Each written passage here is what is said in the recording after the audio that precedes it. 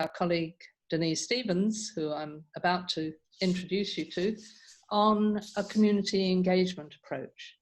But really exciting, at the end of last year, we were invited to join a French and English project looking at some of those same issues. So before we go any further, I'm just going to give you a few sort of housekeeping rules. And Denise can switch slides. So we will keep everybody muted, so you can't shout or listen to the radio while other people are talking. And hopefully you'll unmute yourself when we're ready for some questions.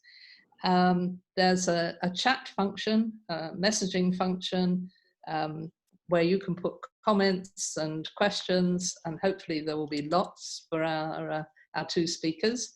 We're going to record the webinar, and that will be available to everybody. Anybody thinks that's a terrible idea, they probably have to leave, but hopefully everybody will be happy and won't say anything that they don't want left to posterity. And we will let you know over the next few days how to access that webinar. So just moving on, it's my real pleasure to introduce both Denise and Alice. Denise I've known, and she's been involved as part of C3 for 10 years. Alice we met as part of the project, the European project that she's going to be telling us about.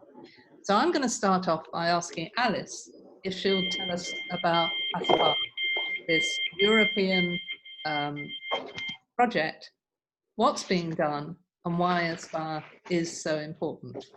So over to you, Alice. Thank you very much, Christine.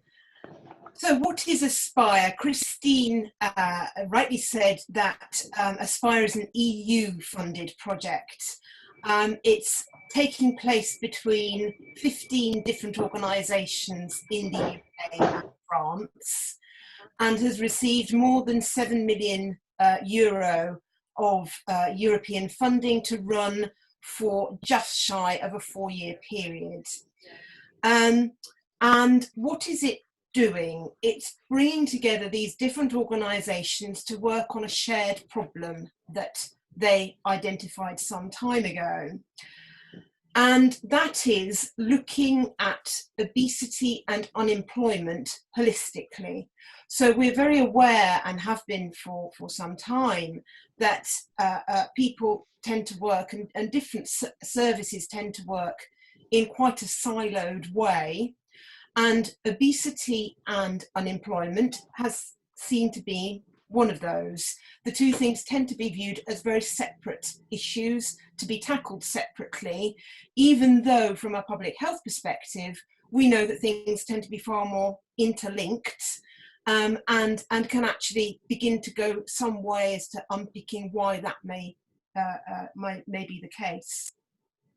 So Aspire is viewing weight and obesity and unemployment and employment holistically, and we are bringing forward a collaborative approach to prepare an intervention that we're trialling in both countries to see if we can help resolve some of these issues. I'd like to focus over my next few slides on why this is particularly important. And so if I can ask Liz or Denise driving to move on to my next slide. Thank you, I can see it's popped up. So when you look at this slide, you'll think actually there's nothing really new here. We know obese people have poorer job prospects compared to normal weight people, that they're less likely to be employed, they're going to have more difficulty re-entering the labour market, and that they're going to have lower earnings than non-obese people. And we've known this for some time. These statements are from a joint publication done by the OECD and the European Union in 2016. We also know that the prevalence of obesity increases when household incomes decline, And at an EU level, just to give you quite a good statistic, we know that where income is below 900 euros per month per household, there will be a 25.6% prevalence of obesity.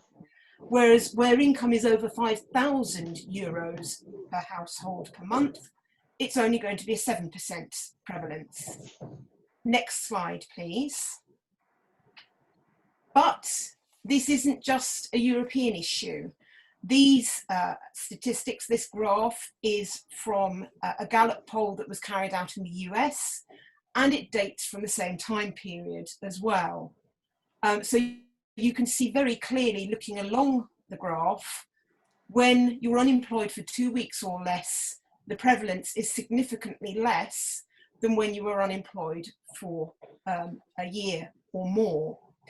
And what shocked us particularly was that there didn't seem to be much being done at an international level to join these two pieces of data up and to think about how we could try and address the issues together. Next slide, please. So at the Health in Europe Centre, what we did was bring together different organisations, and I will speak more about them slightly further on. But in these two geographical areas, you can see the reach of the funding in yellow on the map. So that is the area that the funding is covered, and you can see the dots and the numbers that refer to the different organisations taking part in the project. The only other thing that I would highlight here at this point is that we know that on both sides of the sea that separates us, we actually have very welcome aboard the Southern Service to Brighton. And also Next station is Lewis. A similar socio-economic situation. Next slide, please. All that automation.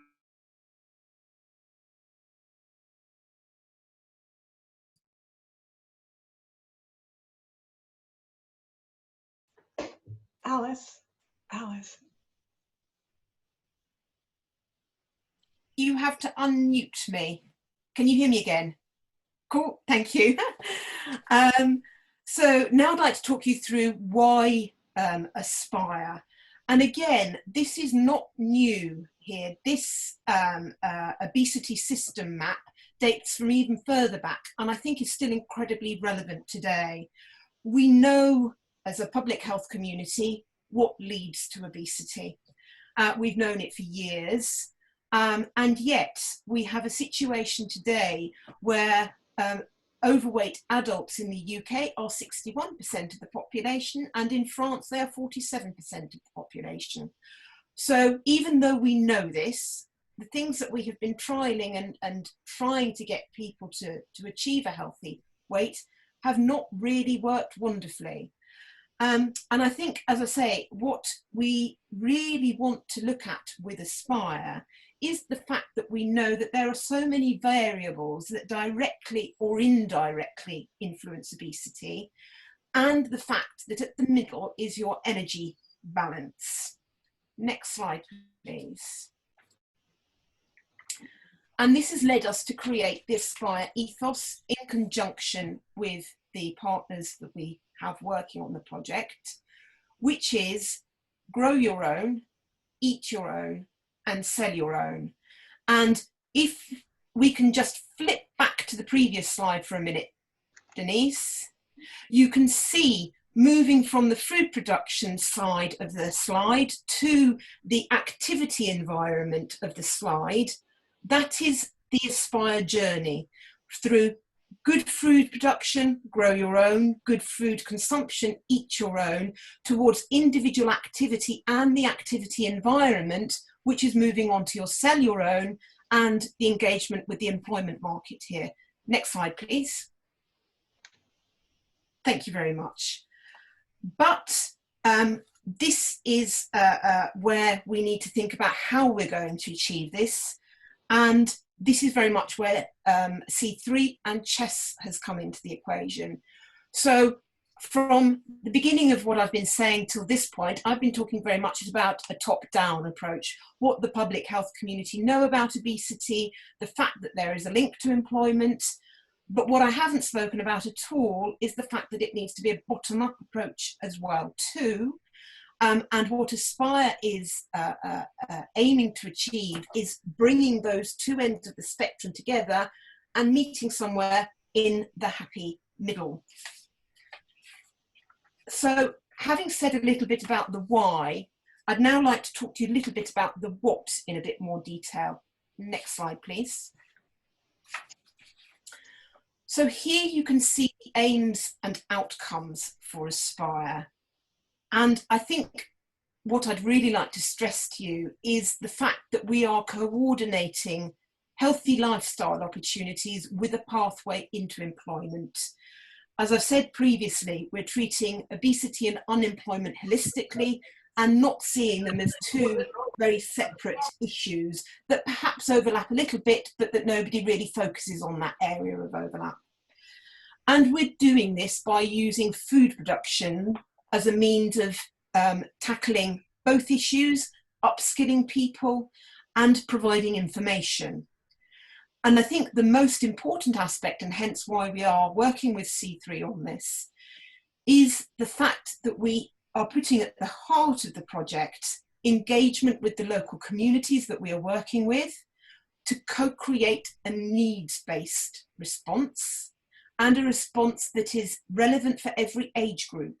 So we want these initiatives to run post-project and to be firmly established in the communities that we're working with.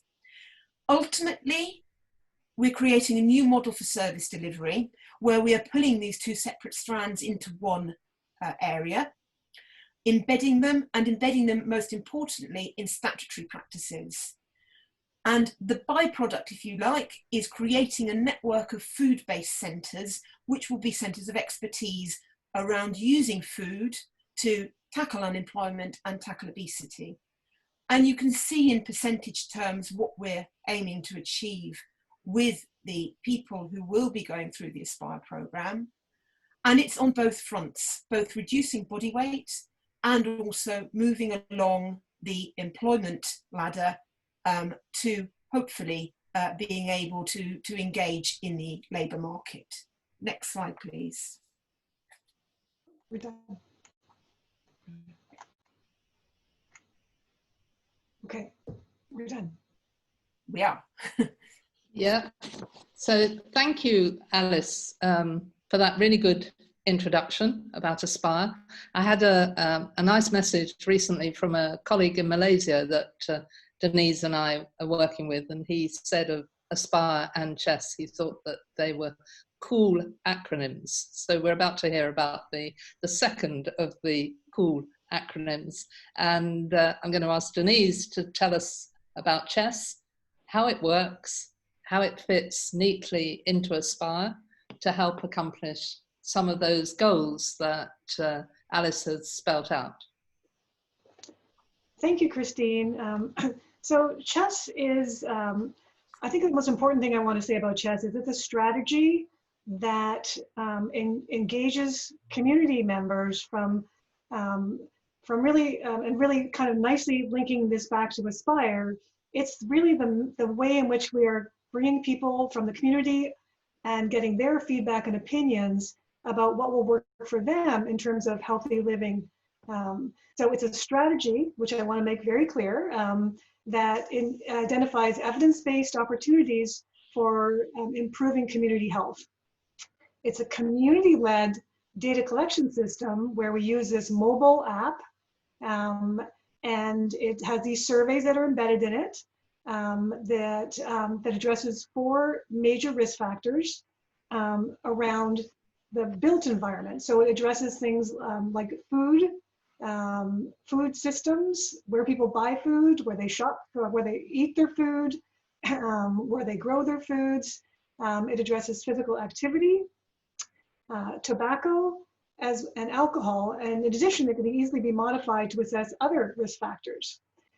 And importantly, it allows community members to play an active role in understanding their own environments that they live in, and then helps them take action to improve their communities. Ultimately, we're creating these tailored solutions for the communities where we're providing them with maps and tables and figures that really help them identify change points and provide strategies for interventions that they can then decide upon. As a strategy, it's quite a sometimes some people think it's very, very ambitious, but what we start with is, and we're doing this for Aspire. So for each of the Aspire communities, and there are 7, 3 in England and 4 in France, at our end, we, at the very beginning, have to do quite a bit of background research to try to get a general sense of what it looks like from a bird's eye view, from 1,000 feet up in the air, looking down at communities. We try to get a general sense of what does that community look like in terms of, are grocery shops accessible? Is there green space for people to do, to engage in physical activity? What is the density of shops and high streets in those neighborhoods, in that community? And also we look at things like, what are the economic drivers in that community? What are the major industries there? So we kind of get this overview, and we're doing this, we've already done this in our 7 Aspire sites, that allows us then to figure out who are the people that might be best in the community that we can link with, who will be the important people that can help drive any of the change processes. And those local partners are organizations and sometimes people that really understand the communities that they live in themselves. And then we can do whole communities with CHESS, and by community can be defined as a single neighborhood around a school, all the way up to a whole city, if that's what people would like to see done. But in the Aspire sites, we are working at the neighborhood levels, and we are engaging community members at those neighborhood levels, where we go through this training session with them, and we teach them. I'll get into that in a minute, but we really are. It's experiential learning, where we're working with them and talking with them about what they deal with on a daily basis in terms of where they shop. Can they be active in their community? Are their streets safe? What do the restaurants serve for food? And so on. And so we're talking with them about this. So it's sort of like an educational exchange. But at the same time, we're also training them on how to collect data on this mobile app, mobile tablet, which we also now have been able to also program onto iPhones and Android-based phones. And then we walk the neighborhood with them. And we, as you approach, I'm calling it an asset in the community, like if you were walking and we approach a restaurant, then we will pull up a restaurant survey that will ask questions about the restaurant around whether or not that restaurant has foods that are offered that are healthier food items. Do they have menus that highlight or mark healthy food items? Then we might finish that scan and then walk a little bit further along the neighborhood, and we'll hit a grocer or shop. And we have a shop scan that asks a lot of different questions around what that shop sells. Does it even provide healthier food options like low fat, low salt food items? We work with them, and as we're doing this, we're walking and we're talking and collecting data, and sharing insights around things like in the grocery store, how are things being marketed? And having conversations about where healthy food items are placed versus unhealthy food items. How much shelf space is attached to unhealthy food items. And I think all of you know that if you were to think about your own local grocery store, especially local convenience stores, that there's usually more heavily weighted towards all kinds of unhealthy food items that are placed strategically at eye level so that we're more likely to pick them. So it's sort of an educational opportunity.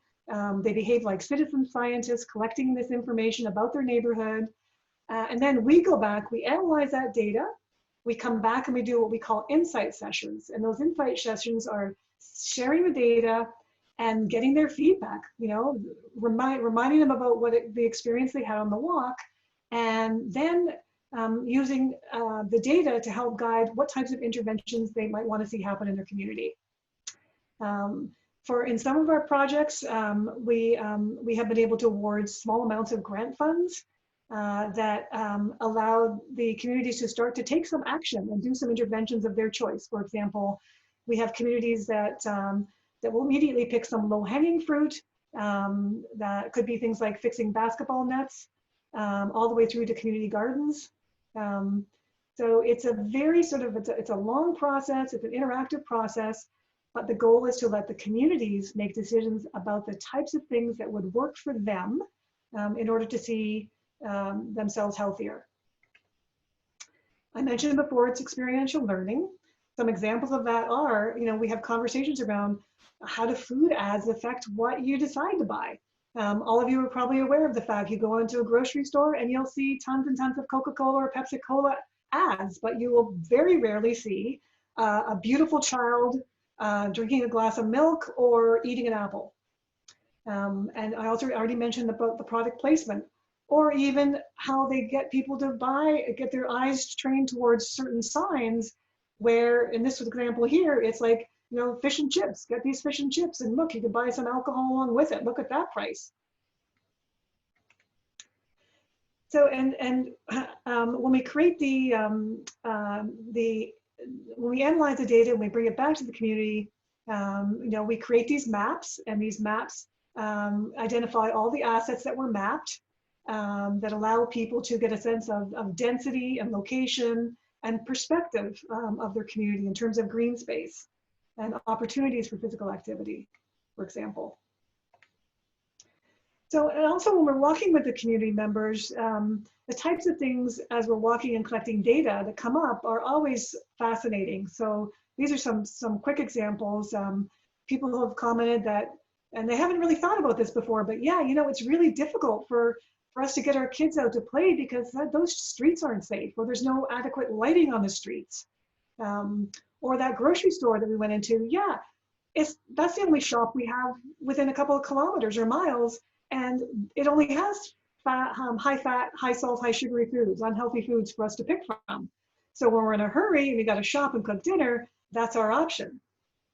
And also, you know, distance can play an important factor in terms of getting to a larger supermarket that might have a lot more healthier items to choose from that are cheaper. And coming now, bringing all this back down to Aspire again.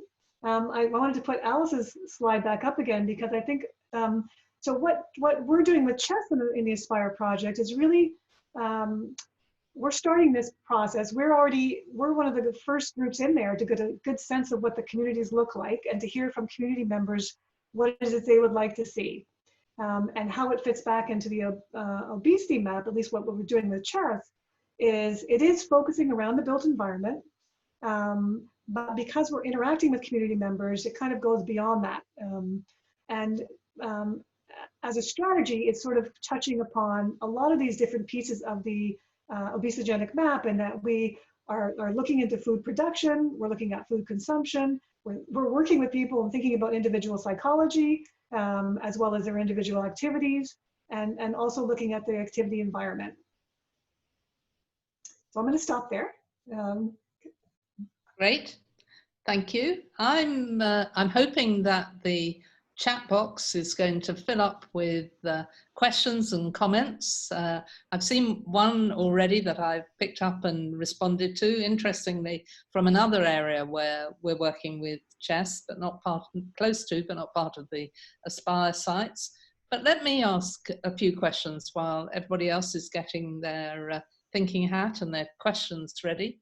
So back to Alice. Alice, earlier on, you referenced a number of partner organisations. How do they all fit in together? Thank you, Christine. I'm hoping that there is a slide that is going to help me here. Thank you. The important thing when we were putting the project together was not to think of organisations all doing the same thing, but all organisations all doing different things, but united by theme. So the point that we wanted to build the partnership around was the fact that people were interested and working with either obesity and or unemployment. And so we've got, as I say, partners that bring different skills to the table. And I think that is one of Aspire's strengths, because we're talking to real experts in their fields and coordinating and bringing and sharing and collaborating in order to come up with a solution that is informed by multiple different points of view. So looking at the UK side, we've got NHS organisations, so the National Health Service, so healthcare providers working in their communities. We have an SME that is very actively engaged in well-being, so well-being people. We have a university that is contributing both in terms of evaluation experience, but also in terms of tech skills. I have to say tech is not my strong thing at all, and we've got some real experts around the table recognising the fact that people engage with services in very different ways, and you need to have a plethora of openings in order to engage as widely as possible. We have local councils and also regional councils in terms of embedding and, as a reference, making these statutory services. And we also have an organisation that is involved in fitness, your leisure, and trying to increase community fitness. So on the UK side, you can see a sort of a health, wellness, fitness, statutory service type organisation emerging. The French partners are very different. So we have the top two organisations are very actively involved in employment and signposting employment opportunities, working with local organisations to build employment opportunities, particularly looking at disadvantaged communities and young people. So very much with their feet in the employment world. We then have an organisation that is a sociocultural centre. So looking at trying to engage with the local community and doing it very well. And looking broadly at community wellness. So offering a number of different services, including touching on the employment world, and also very much on public health services, and working very closely with their regional public health agency. The next organisation on the French side is a lovely play on words. So Les Anges Gardiens are guardian angels, but they're not guardian angels, they're garden angels. And their experience is very much around food production. They are an organisation looking at linking employment, skills, young people with food. So absolutely key to Aspire. And the final one on the French side is an organisation that is looking across France more widely at how cities, towns, communities can be more healthy and more active together. And they have, as I say, a pan-France reach. Thanks, Alice. Denise, can you give us, you talked about types of interventions. Can you give us some examples of interventions that, in your experience, community residents might want?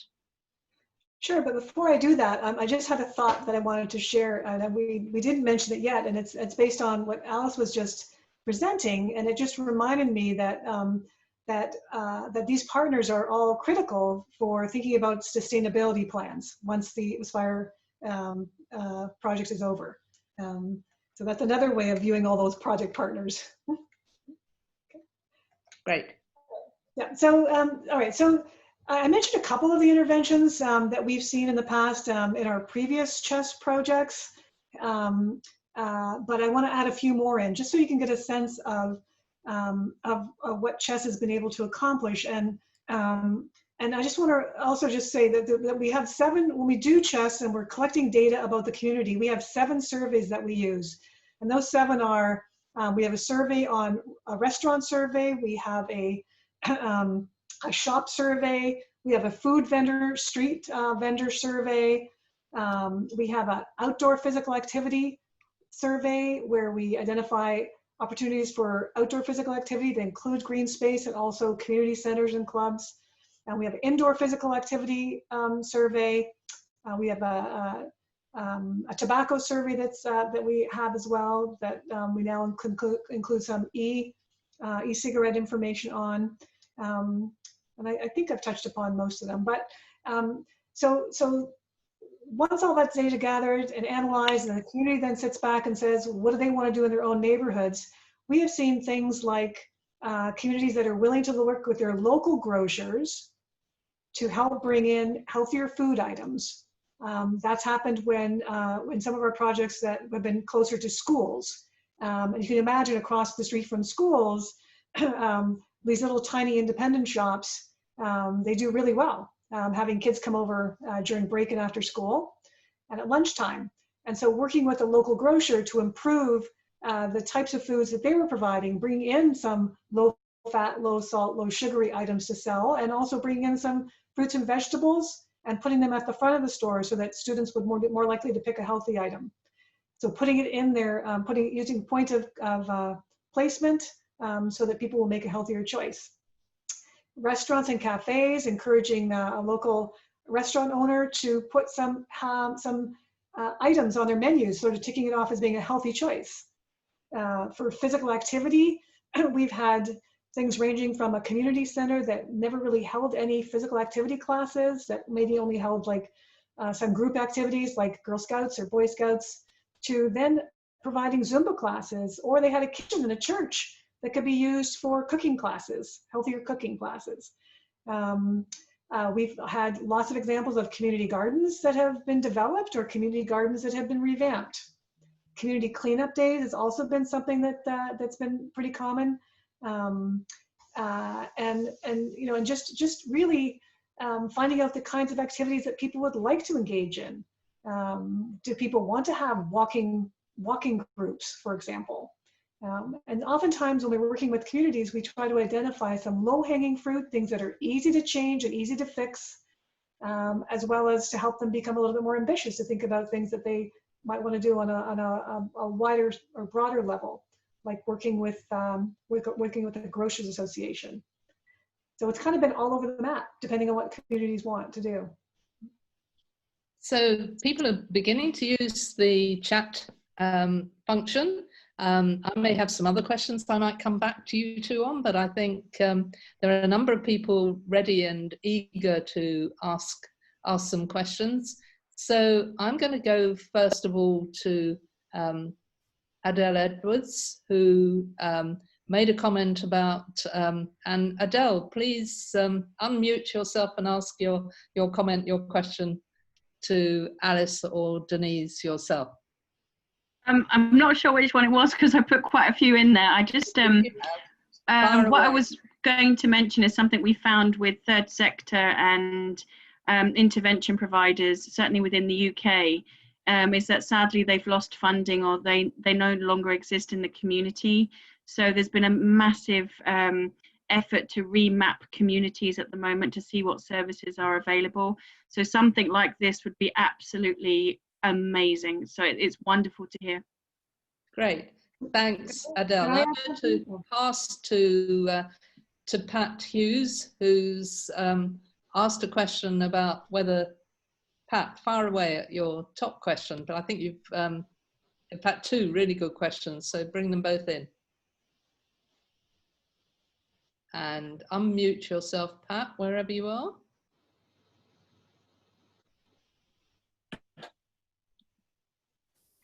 Oh, yes, I'm on mute now, I think.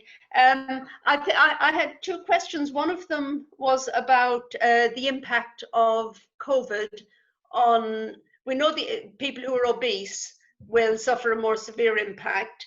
And we also know that COVID will inevitably increase unemployment. So I'm just wondering about how that impacts on the project. I can't remember exactly how I phrased the question. So what are the implications of that, and has the project changed, I think, since inception as a result of COVID? So that was one question. And then the other question was about whether in the work that's been done so far in terms of doing the local chess audits, whether there was a requirement that people who participated in the audits were either unemployed or obese. So why don't I ask Alice to pick up the COVID one and Denise to pick up the one about the participants, and afterwards I'll go to Sheila Marriott. Over to you, Alice. Thank you, Christine. And thank you for the interesting question, Pat.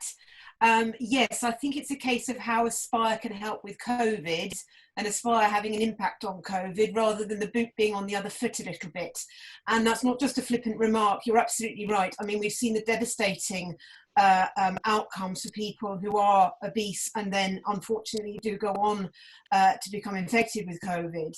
And I think this is a very timely project as a consequence.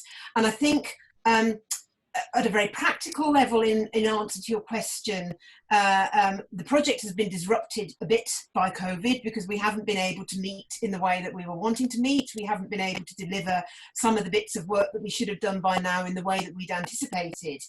However, we are making sure that the project progresses. Everybody is getting used to Zoom and it's working well. And I think there is something that is really uniting all the partners, which is the recognition that we knew that this was important before COVID. My goodness me, is this important now? Both in terms of helping people to achieve a healthy weight, but also in terms of people who have been out of the labour market for some years or who are newly out of it, building up that self-esteem, self-awareness, self-confidence, which is very much at the heart of Aspire, to encourage them on that journey back towards employment. And yes, it's going to be a hard path to walk. I think there are going to be a lot more eyes on us as a consequence of COVID.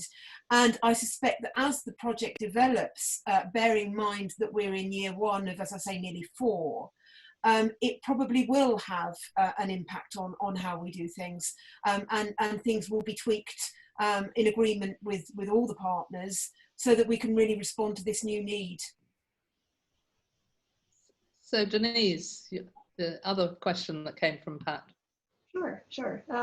So I think I can give a partial answer. It won't be a complete answer, but thus far we have completed one community walk for the Aspire project in Aylesham, and the participants, the community members that participated were a broad spectrum of folks that ranged from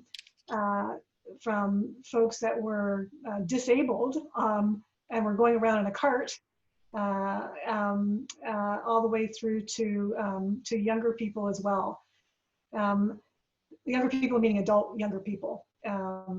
So I did cannot. have one in a buggy. We did have a baby in a buggy. Okay, that's right. They count. In terms of unemployment status, we had asked that we have people participate that reflected the communities that we wanted to be impacting. So I could only assume that they represented the unemployed group as well. I don't know the answer. I don't know everybody's status, but I'm pretty sure that's what it was. So can I move to Sheila Marriott? Made a couple of comments on the specific question, and then to Carol Webley-Brown. Sheila. Great, thanks, Christine. I was really struck by how the chess methodology has the real kind of impetus to increase leadership skills within the community, which is absolutely amazing. But I was interested in how you get individual groups to participate and individual people to participate in the gathering of the data. So Denise, Sure, I hope I can answer your question, Sheila. I'll give it a shot.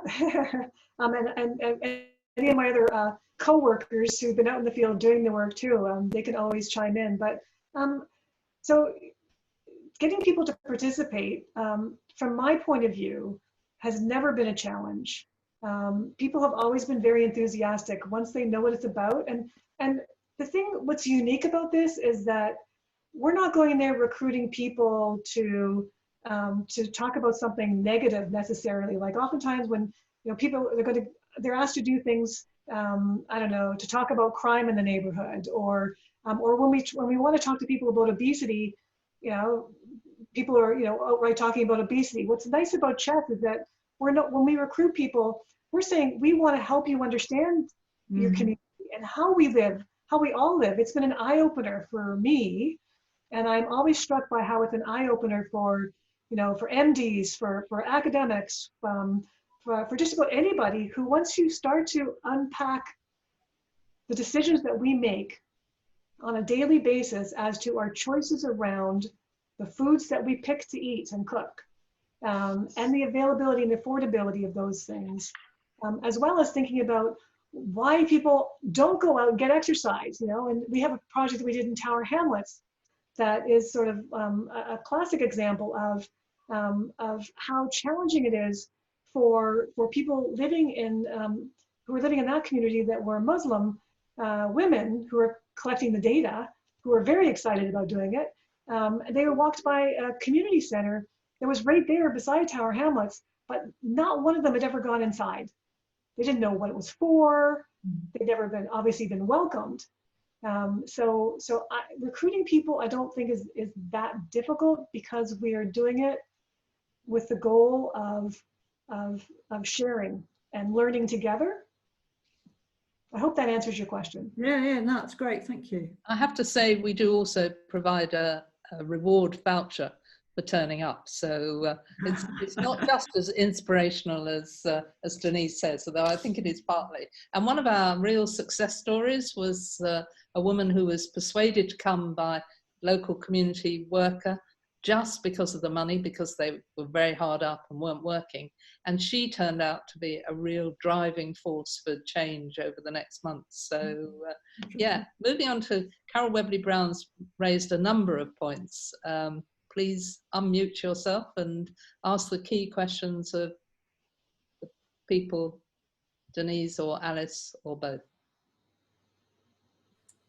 Yeah, thank you. It's just really to highlight people that I know that have had real struggles because of their diabetes, not working because they've lost their job because of their diabetes being up and down, up and down, up and down, and also their weight being up and down, up and down.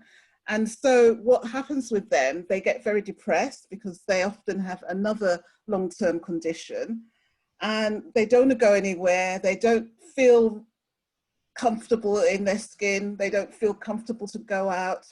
So they stay in. When they've gone on diets, working with the health professionals, often it's the 800 calorie diet or something, and they take mixes and stuff. And that is to speed up their weight loss, to make them feel better about the diet, and then they learn to cook proper food and all the rest of it.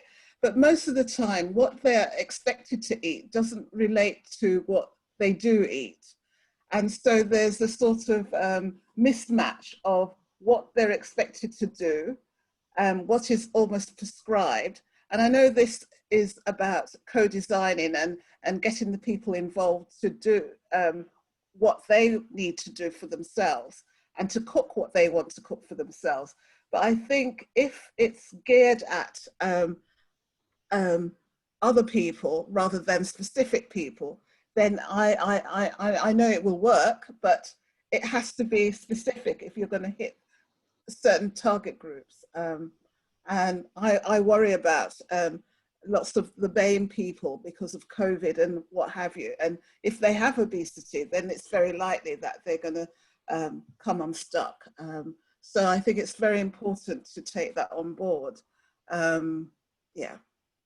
Yeah, thank you. I might ask Alice to respond to that. It's really interesting, the speed with which the correlation of obesity and COVID. In fact, I picked it up first of all in the French national press, the French, as part of this project, really. My French colleague was picking up comments about obesity from critical care units in France just before we were picking up the same things in this country. So really, and one of the interesting things of working with another country for us is that in France, there's no recording of ethnicity.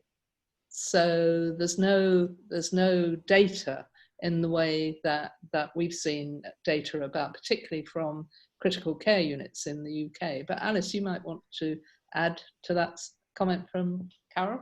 Thank you, Christine. And yes, Carol, thank you for raising those points. Let me give you a little bit of the background to Aspire. So Medway Community Healthcare, which is one of the Aspire partners, is working, as the name would suggest, in Medway, which is southeast England, just outside London. And they have a very diverse community, very, very diverse.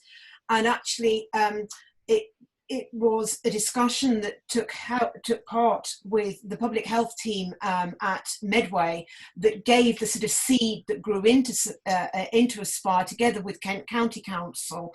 The reason being that Medway were having a real problem with reaching their large BAME community and trying to get out a sort of a healthy eating narrative in a way that was taken up by that community. There was a real issue with it.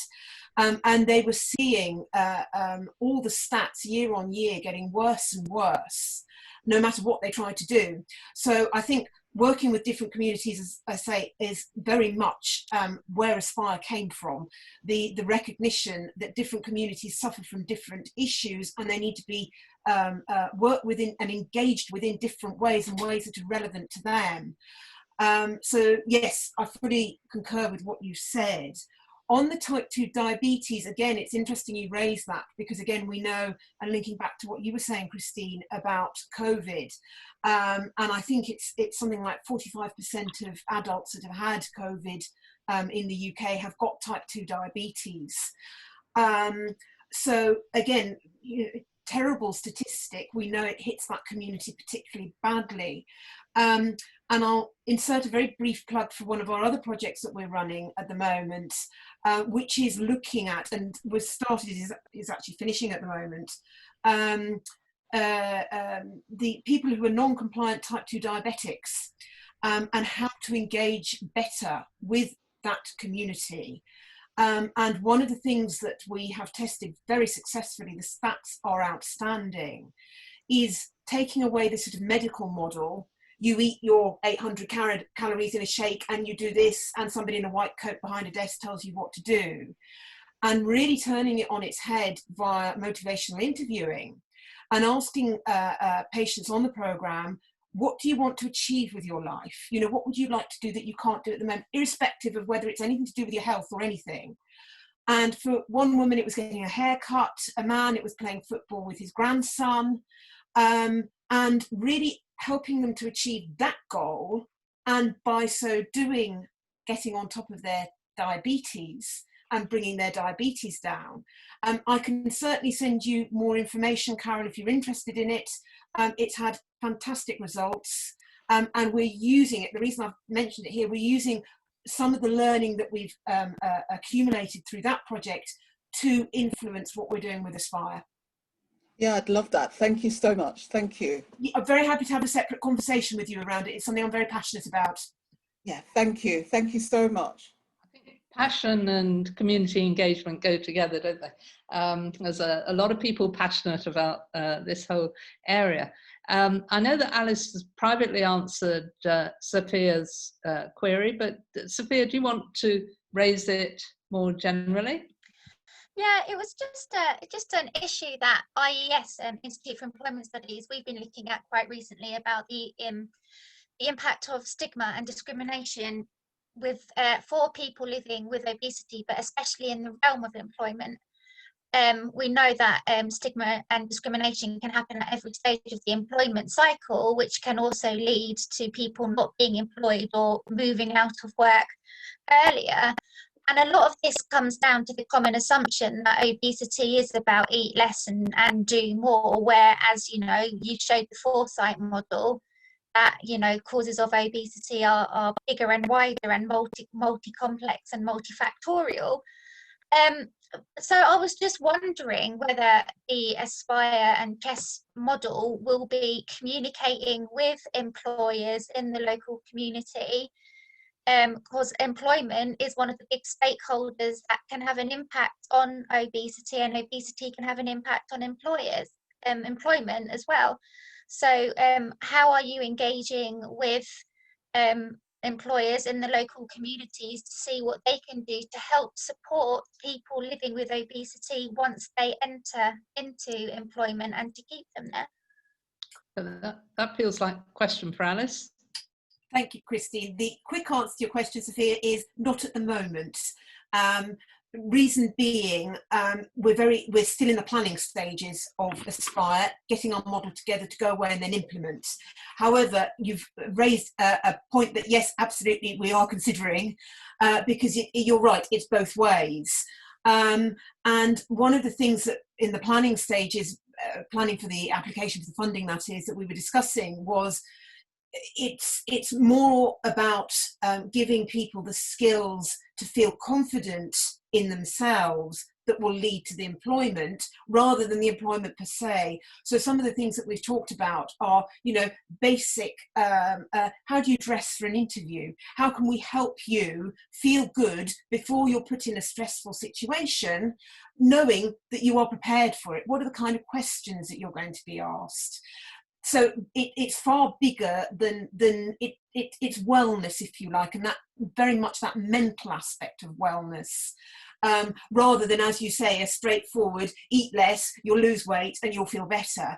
We really are viewing it holistically, and as you say, one of the things we're going to be doing is having an employers forum as part of the project when we move further down the line in it, so that yes, we are engaging with them, but as I say, more later on that one. One of the things that we at C3 are really proud of is a project that we did in Scotland, in a really difficult state, with people who had really, really tough lives. And at the end, it was funded for 2 years. And at the end of the project, I said to our local project manager, so Roddy, what do you think's been our greatest achievement? Thinking he would talk about healthier eating or kids being more active. And he said, I think we've left behind some strong, resilient women who believe that they don't have to carry on in the way they were before. And I wasn't expecting that, and I thought that was brilliant. I'm going to ask the final question of Denise. So when it's all over, we've done everything that we've talked about, how will we know that Aspire's been successful? That's a tough one, Christine. But it's one of the most important questions to ask, I think. And I think from the get-go, if you look at the design of of Aspire, and the thought and consideration put into the types of project partners to work together and bring it together, and the fact that it's a combination of it's a top-bottom, bottom-up, top-down approach, that I think, and also is considering the complexity of the obesogenic map illustrates. I think that the design itself is very strong, but you need to have a sound evaluation attached to that design. The project partner involved is Bournemouth University, and they have designed a rigorous evaluation that pays a lot of attention to context, which is really important. They've completed an asset mapping exercise. I think that's one of the first things they've done, and they're going to be sharing it, I think, very soon, maybe this week sometime. and then they'll be doing some outcome evaluation as well. It's not a research design, it's an evaluation design, but nonetheless, a lot of thought has been put into it. For the work that we do with CHESS, we embed a mini evaluation in it, if you like. We want to know if people learn something from the experience with us when we, when we meet with them, when we take them out on the walks in the community, and all the way through the experience of the insight sessions, through to the interventions that they start to do. We come back a year later and find out what their thoughts and experiences have been with the interventions. So I think all the makings are there of a successful project. I think from the management all the way down to the involvement of the community. Thanks, Denise. And thank you, Denise and Alice, for joining us. Denise from not long after her breakfast and from home that looks so neat and tidy, but was actually hit by a hurricane last week. Alice probably now at the end of her day, off to kids and family and supper. A very big thank you to all of you who came along and joined us.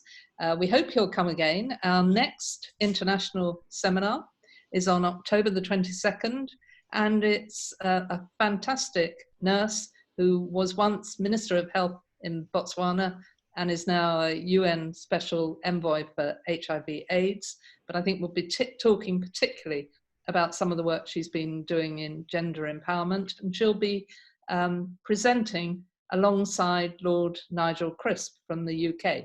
So that's our next international seminar.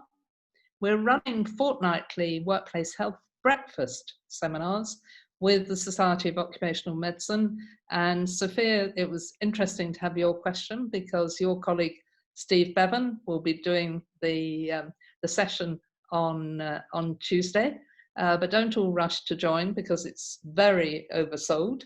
And that's one of the advantages of these virtual seminars, is enabling us to reach, to bring people from far afield without them having to get on an aeroplane, and to engage people from far away. There's a sad point that we're not all meeting and chatting in a more informal way, but it has lots of benefits as well. So thank you all very much indeed for coming along this evening for us, this morning for the North Americans.